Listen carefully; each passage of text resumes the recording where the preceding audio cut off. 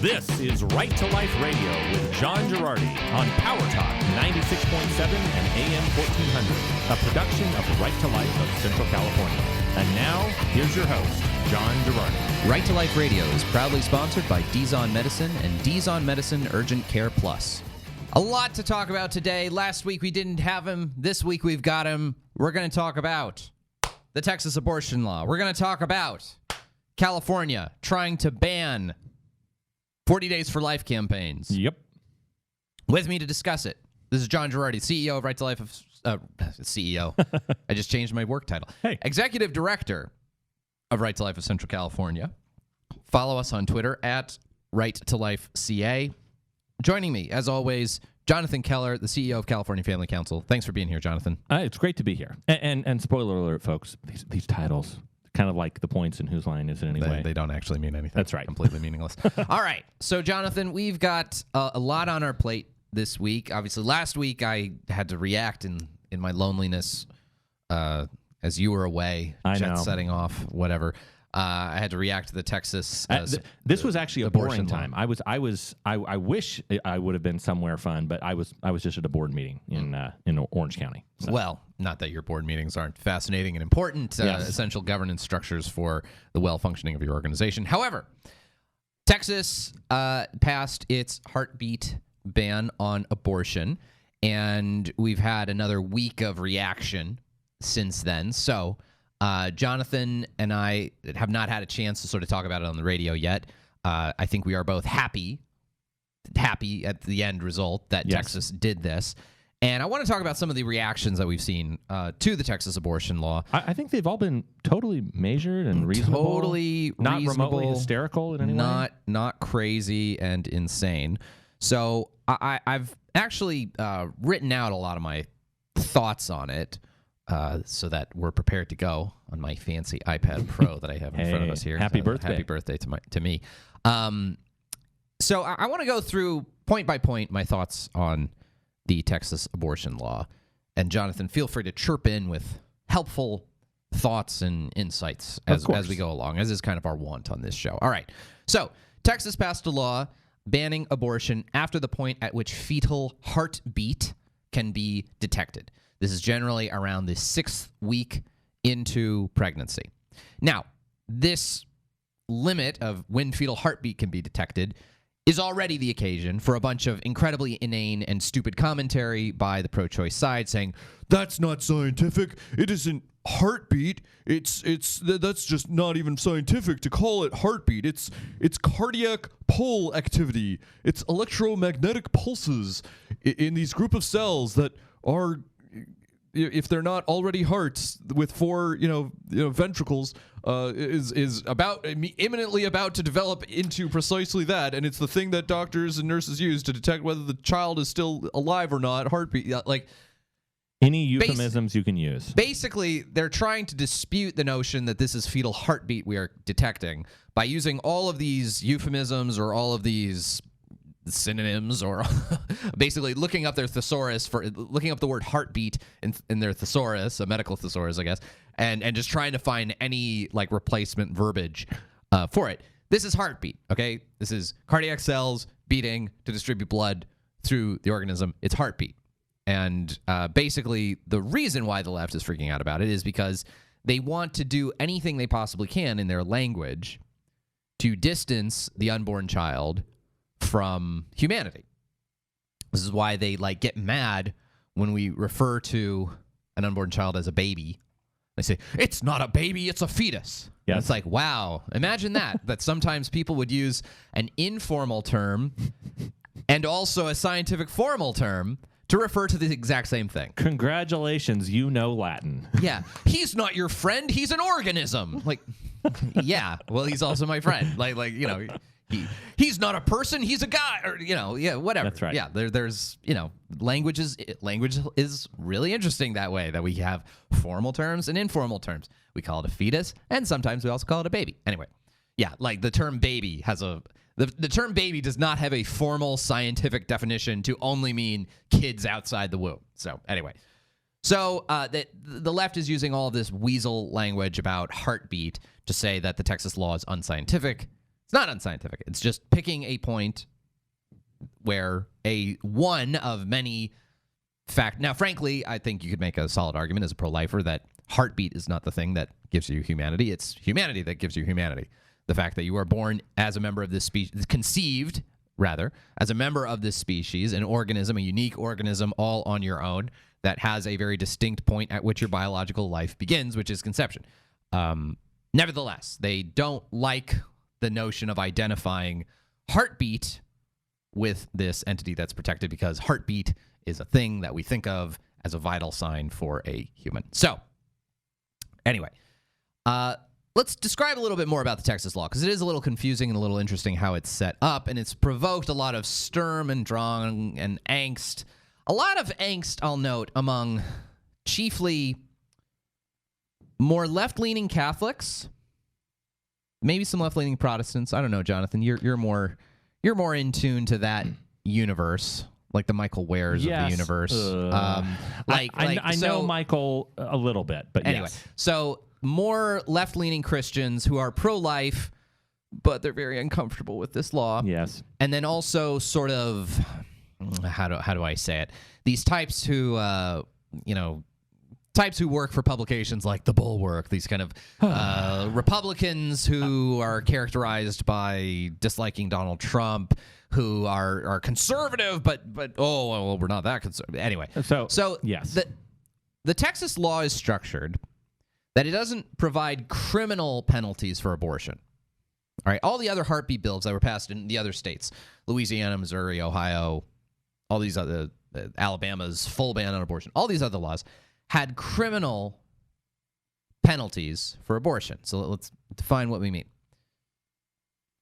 If something is a crime, it means you are prosecuted for that crime by the state, okay, or through some subdivision of the state. So if I burn down a building or something, Fresno County, as an organ of the state of California, the Fresno County District Attorney and her office is the one prosecuting me, okay? It's not Jonathan can't prosecute me for a crime if I burn down his house, right? But the district attorney can prosecute me. And criminal prosecution is you committed a crime, and if we prove that you committed that crime beyond a reasonable doubt, we impose criminal penalties like incarceration, maybe even execution, etc. All right. Then there are civil wrongs, civil causes of action. So John, as an example, if I can draw the distinction, if you indeed, if I burn down your house, yeah, and you're on vacation, so none of your family is injured, but you lose all your stuff. I lose all my stuff. All right. So the city of Clovis, the county of Fresno, the district attorney of Fresno County. Yes. They can come and they can prosecute me, and they say, you committed an arson, you're going to jail. Right. And maybe you even have to reimburse the city for some of the costs of putting out. Maybe there's a fine attached to this as a criminal penalty for the fire department services and everything else like that. So the city of Fresno or Clovis, county of Fresno, they are made whole by fining me. I am punished justifiably by going to jail for my dastardly wicked act. But yet you are still out all your stuff. Right. So your Bambinos have no place to lay their head. Right. So I can then sue Jonathan for damage to my property, okay, in a civil lawsuit. So criminal prosecution is done by the state against someone who commits a crime. A civil lawsuit is done from one individual to another individual for correcting some kind of wrong. And there are all kinds of things that you can do that can give rise to a cause of action, a right for me to sue you. Okay, if Jonathan punches me in the face, it's both a criminal act of battery, but it's also a civil, what's called a tort, a civil wrong of battery. So I can sue Jonathan for my medical bills if he messes me up too bad, etc. So with civil lawsuits, the point is to get money damages, or an injunction telling him to stop. That's the focus of civil lawsuits. The focus of criminal prosecution is to impose criminal penalties like going to jail. Now, because courts think going to jail is more important than having to pay money, to prove your case in a criminal context, you have to prove that Jonathan burned down my house beyond a reasonable doubt. That's the standard. However, if I'm just suing Jonathan for his damage to my property, I have to prove my case by a preponderance of the evidence. So if beyond a reasonable doubt is like, you got to be 99% sure, I guess, that Jonathan did it, preponderance of the evidence means you just got to be 51% sure. So it's a lower burden of proof to successfully sue someone for money than it is to prosecute someone to throw them in jail. All right? So what Texas did with this law was not impose criminal punishments, but to create a civil cause of action, a right to sue abortion doctors or anyone else who helps out with an abortion. Not the moms, but pretty much anyone else who's helping out with an abortion. And John, I listened to yesterday, I was on a conference call. I apologize. I should have invited you. It was with my friend, Jonathan Sines, who runs Texas Values. Right to Life? Or Texas Values? Yeah, okay, yeah. Okay. But also on that call was another Jonathan. There were 3 Jonathans on that call. Jonathan Mitchell, who is a staff member with Texas Values. He is an attorney, and he is the former Assistant Solicitor General for the state of Texas. It's a pretty big job. So he was laying out all of the various ways that they had drafted this law and exactly those points. When you read, I didn't even realize this at first, but the number that keeps getting thrown out there is, well, it's $10,000 of a fine. And you could think perhaps that a big abortion clinic like Planned Parenthood or Family Planning Associates or whatever. Whole Women's Health. Yeah, they might go, look, we'll pay a fine one time of $10,000 to take care of this, because then we can keep our business going, and we'll just raise that money in an hour from some rich Hollywood celebrities online. We'll do that. But no, as they were pointing out, this is $10,000 per each individual abortion. Right.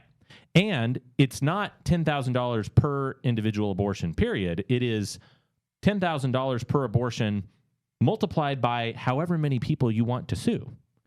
So there you go. It's not just we have to choose, we're going to sue the doctor. They could sue the doctor, the nurse, the receptionist, the janitor. I mean, and Uber even has said, well, we think we are possibly liable for this, so we're going to cover possible fines. Well, I realize that's great virtue signaling, but for Uber, that could actually get super expensive really fast. Right. So what the Texas abortion law does is create the right to sue people. Now, Generally speaking, if I'm going to sue somebody, I need to have actually directly suffered harm. All right? Jonathan burned my house down. I can sue him. Jonathan punched my face. I can sue him. Now, sometimes you can sue on behalf of other people. Someone runs over my wife and puts her in a coma. She can't really sue, but I'm her husband. I have standing to sue on behalf of my wife. I'm glad that I'm not the person that ran over Holly. Now that the examples, it's getting too personal. Now that the examples get grave, I'm gonna leave you out of it. Someone hurts my child. I'm the child's parent. I can sue on behalf of the child. Someone sues my elderly parent who's designated me as kind of a legal guardian or giving me power of attorney or something. I can sue on behalf of my incapacitated parent or my dead parent or whatever, okay? So there are different cases where someone who isn't themselves directly harmed has standing to sue, and there are other cases where you're not even that really closely connected and you have standing to sue. For example, there are these things called qui tam lawsuits where if an employee is noticing corruption within the business, they can file a lawsuit in a kind of whistleblower action. The employee's not directly harmed by the bad conduct of the company, but basically, it's creating a civil cause of action so that people can keep eyes on the company. So Texas basically said, look, protecting the unborn, there's no one really positioned to be the person ordinarily to vindicate this child's right for the violation of their right to life, okay? It's a fetus, can't sue on their own behalf. It's a fetus who has died, can't sue on their own behalf. And it's a fetus who has died at the request of at least one of their parents. So even the fetus's parents are not really in a position reliably to vindicate that child's rights.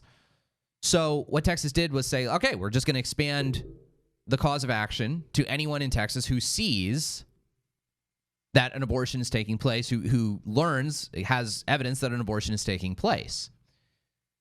Which is actually kind of similar to California. California has this thing. What's it called, Jonathan? CAG? PAGA. The PAGA. The Private Attorney General Act. Right, where if you're an individual and you see that a business has a bathroom that's not ADA compliant, well, you can just file your own lawsuit as almost like a deputized attorney general to sue for the bathroom isn't wide enough or something. And by the way, generally speaking, that leads to very high direct benefits or very high bounties, you might even say, for those people who filed those lawsuits. Right, it's super incentivized. So a lot of people have been crying the blues because, Texas is doing this radical and unprecedented thing. It's not unprecedented. It's a little different because you have different circumstances. At any rate, the notion that Texas is introducing a bounty system for against doctors who perform abortions, one, give me the break. There are all kinds of ways that liberals bend the rules as far as standing, including in the abortion context. Anyway, the end of the day, Texas abortion clinics are too afraid of the liability and have stopped doing abortions. For the first time since Roe v. Wade, a state has effectively banned abortion. We'll talk about this more after the break. This is Right to Life Radio on Power Talk 96.7 AM 1400, a production of Right to Life Central California, rtlcc.org.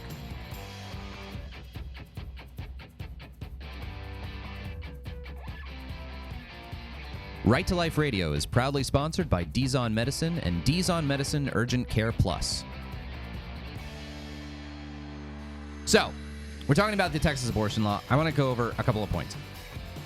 Texas is imposing civil liability, the ability to sue doctors who perform abortions. A bunch of liberals are crying that this is like a bounty system, that anyone can do it. First of all, there are all kinds of ways in which liberals have expanded the ability of individuals to sue for various injustices. Qui tam lawsuits, the Private Attorney General Act here in California. And frankly, if you are committing homicide, that is one of the things you should fear. One of the things you should fear is civil liability. Think about O.J. Simpson. Killed Goldman and Nicole Brown's sister. Ron Goldman and Nicole Brown. Ron Goldman, yeah. Killed them, somehow got acquitted of the criminal charge, but was found civilly liable. And that is one of the layers of protection that our law provides for the right to life, is that if you kill somebody, you might have to pay up big time. And it's one of the things, that's one of the protections, is that it deters criminal conduct by making a criminal stop and say, I could go to jail forever, I could lose a bunch of money. That's an important part of the right to life. The Texas law does not provide exceptions for pregnancies that are the result of rape or incest. And a lot of people said, this is evidence of cruelty. Look, incest by itself is not a reason to abort anybody. Just because someone has possible genetic abnormalities does not make them less worthy of life. Secondly, rape is also not, we believe, a reason to justify abortion. And it's for the simple reason that children who are conceived in rape also have value, also have worth, also have importance. Yes, we should bend over backwards as society to assist women in every way possible who have experienced rape. I'll note that the Texas abortion law was also accompanied by an expansion of Medicaid eligibility for pregnant women in the state of Texas. And, knowing, as I do, individuals who were themselves conceived in rape, who are moms, dads, friends, husbands, fathers, these are people with valuable lives. And to just say that their life isn't worth anything because of the circumstances of their conception is terrible. And just to point out again, there are way more people who want to adopt children than there are children available to adopt in this country. So I think that for us to say, Texas is cruel, that this law doesn't have a rape exception, well, certainly we do everything in our power to assist women who have been through such a terrible, horrible, horrible, horrible experience. But we have to draw the line at denying the humanity of yet another person in this process. All right, when we return, we're going to talk about SB 742, a horrible new California law that got amended to be less bad and is now enacted in an even worse format, banning 40 days for life from California. That's next on the Right to Life Radio.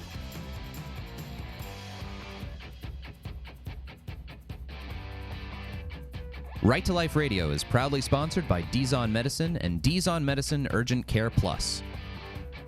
All right, folks. I'm going to talk about a California issue. This is something I mentioned on the show last week as if it had been a victory, which it was at the time. And then it became very much a not victory. State Senator Richard Pan was like, on second thought. On second thought. So, or third thought in this case. Third thought, yeah. So, a bill was introduced in the California state legislature called Senate Bill 742.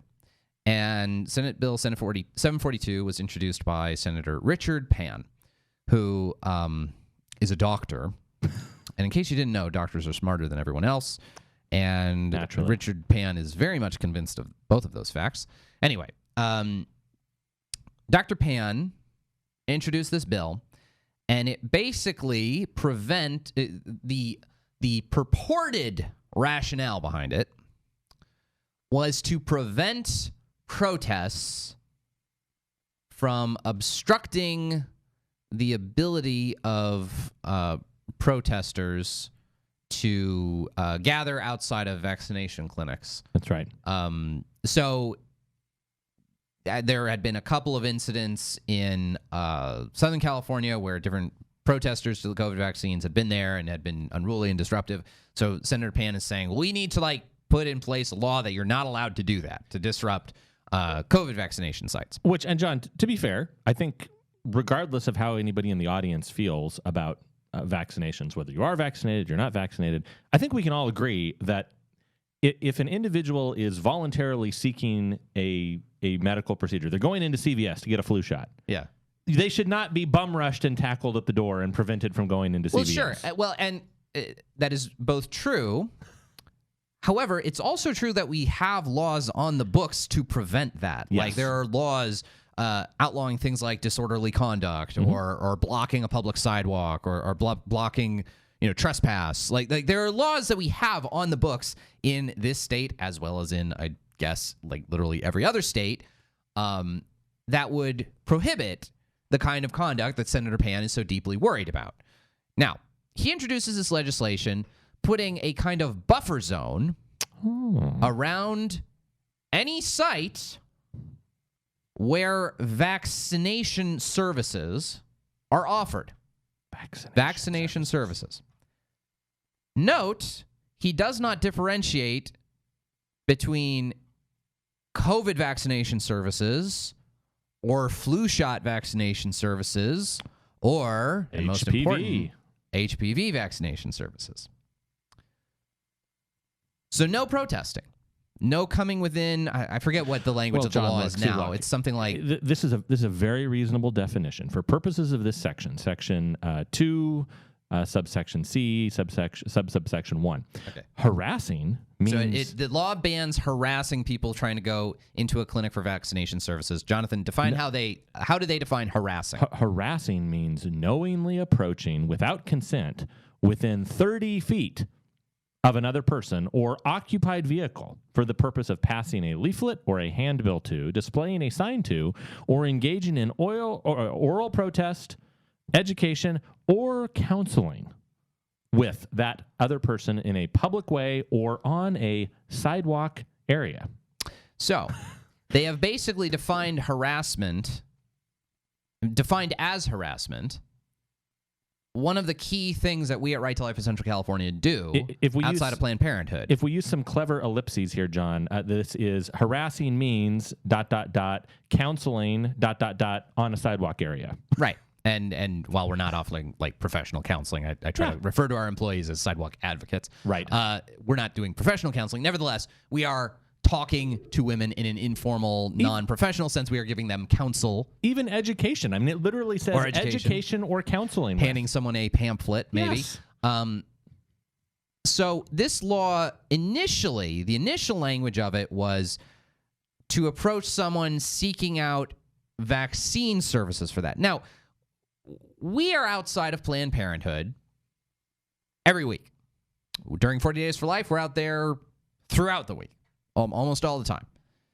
And we are approaching within 30 feet of women entering and exiting. We are holding signs. We are doing all of this stuff that is defined as harassment. Now, the original language of the bill said we are outlawing people doing that in connection with vaccine services. Which is tricky to figure out because how do you know if someone is trying to get a vaccine if you can't get within 30 feet of them. Right, exactly. And there were assurances given and amendments made to the bill eventually to say, no. It's only for people protesting vaccines. It's very narrow, targeted. Now, my instinct was, well, I don't know if that's going to pass constitutional muster because it seems like a specific prohibition on like one kind of speech about vaccines. But look, we don't go to Planned Parenthood to protest their HPV vaccine services. We're going to Planned Parenthood to protest abortion or to offer women alternatives to abortion. That's why we're there. There was an easy built-in defense. If a police officer or a Planned Parenthood employee said, hey, why are you here? You could say, well, we're not here because of vaccines. We're here because of abortion. Right.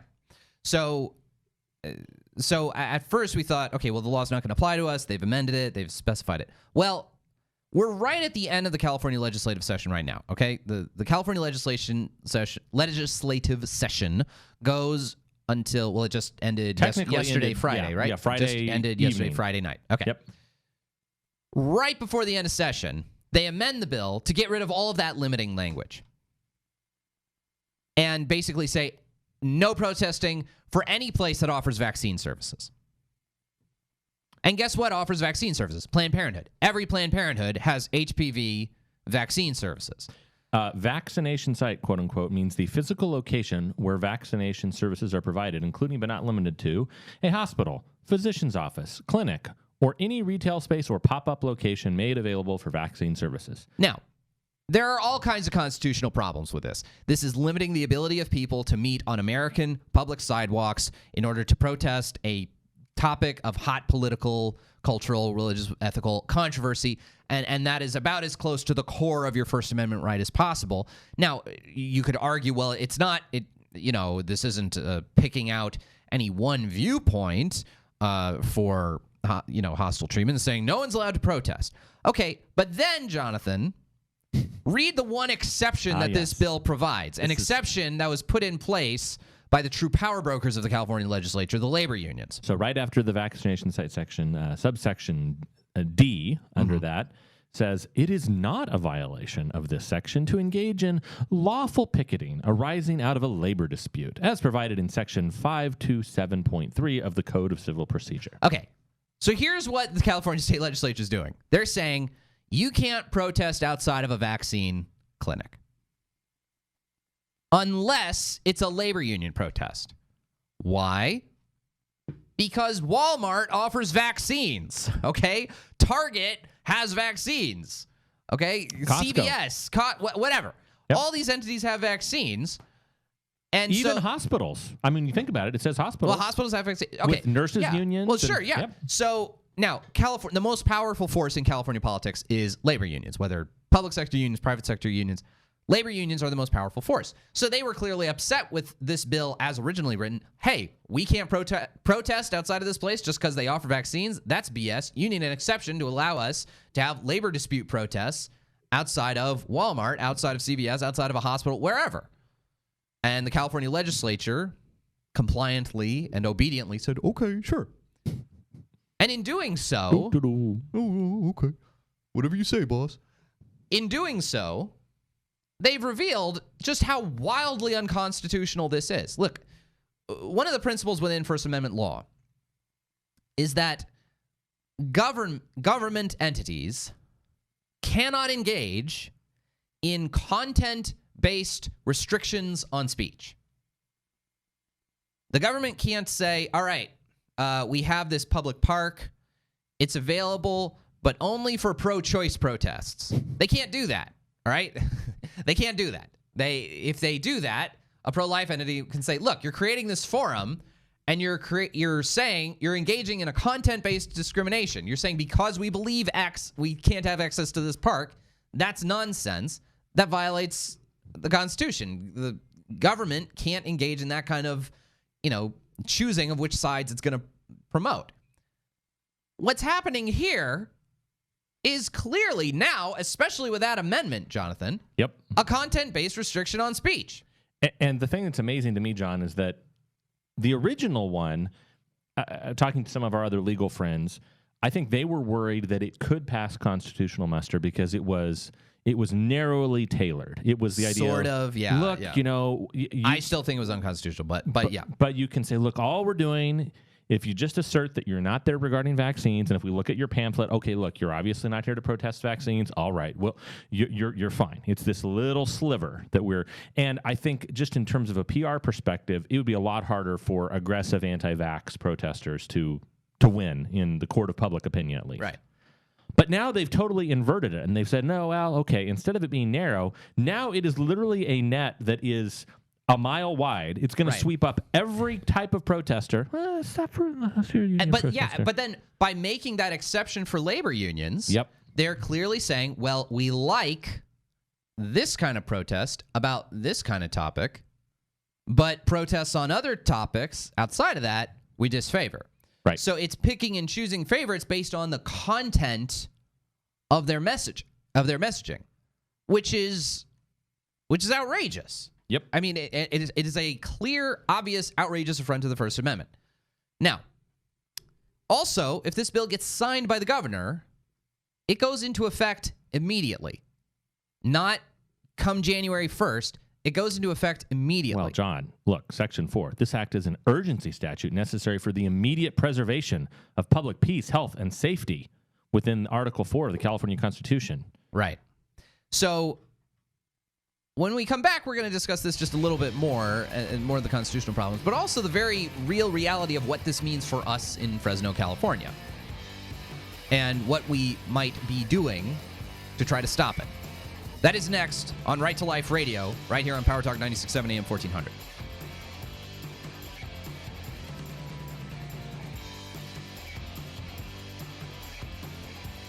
Right to Life Radio is proudly sponsored by Dizon Medicine and Dizon Medicine Urgent Care Plus. So, we've been talking, Jonathan and I, about Senate Bill 742. This is a blatantly, I think, unconstitutional law that the California State Legislature has just passed. It is sitting on Governor Newsom's desk, awaiting his signature. Governor Newsom, basically the way the legislature works is legislature has from roughly December through mid-September to pass all the legislation they're going to pass over the course of the year, and then it goes to the governor's desk, and he has a month to decide one way or another what he's going to do with it, sign it, veto it, etc. So this is now sitting on Governor Newsom's desk. This law bans almost any protest outside of a vaccination site.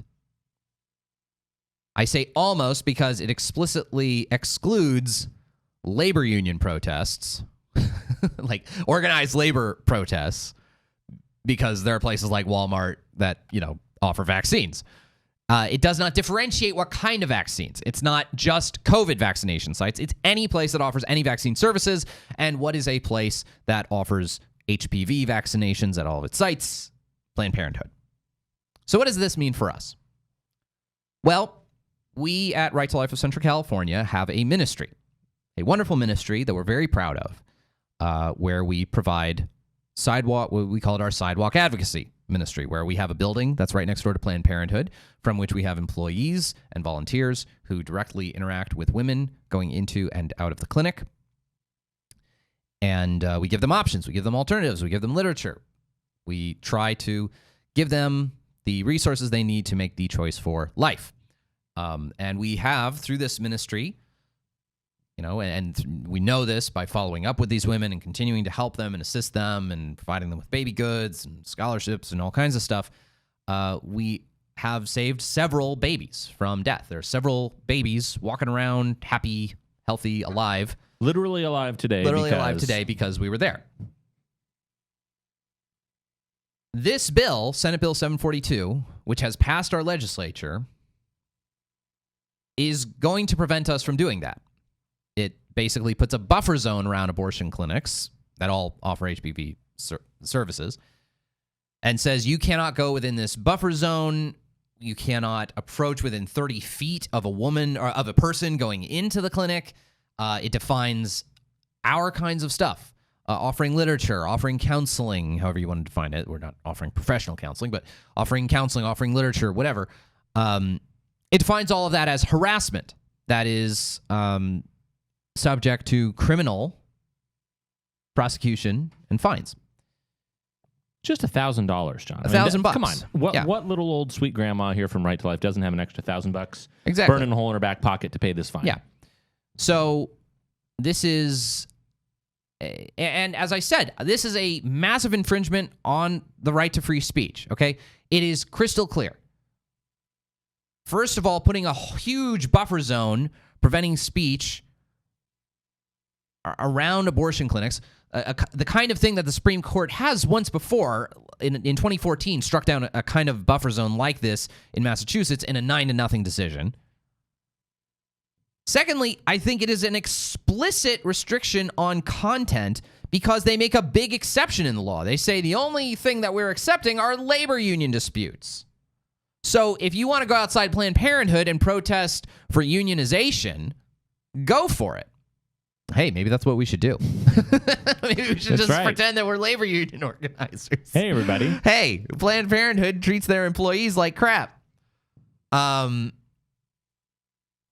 if you do that, you're legally allowed to do so. But if you're there protesting for some other content, for some other cause, like abortion is wrong and here are alternatives, then it's illegal. So what does this mean for us? Go for it, Jonathan. I was going to say, John, I know we're coming to the end of the show, so I wanted to say, I know you're going to probably be challenging this law, possibly even legally. Yeah. But I wanted to, if possible, because we have all this bad news about things, I wanted to give one other bit of good news from the state of California. Because a couple weeks ago, when we were at the California March for Life at the Capitol, the key bill that we talked about was SB 245. That bill is dead for the year. Okay, and that was the bill that would mandate every single insurance plan would have to pay for abortion, no deductibles, no copays, all out-of-pocket costs for abortion. So there is good to what we have done, and our participation in the California March for Life was part of that. I'm going to say it was your impassioned speech alongside all those people that got them to do it. Regardless, let me just say, if this law is signed and goes into effect, we at Right to Life will explore every option possible, including possibly filing a lawsuit to challenge it. If you support us and want to support our work, go to rtlcc.org and click the big red donate button there, or sign up for our 300 Club to give us $300 a year. This cannot stand, and I will not take this infringement on our constitutional rights lying down. So, Governor Newsom, don't you dare sign this, and if you do, you can expect to hear... I'll see you in court. We'll see you in court. That's Right to Life Radio. We'll see you next time.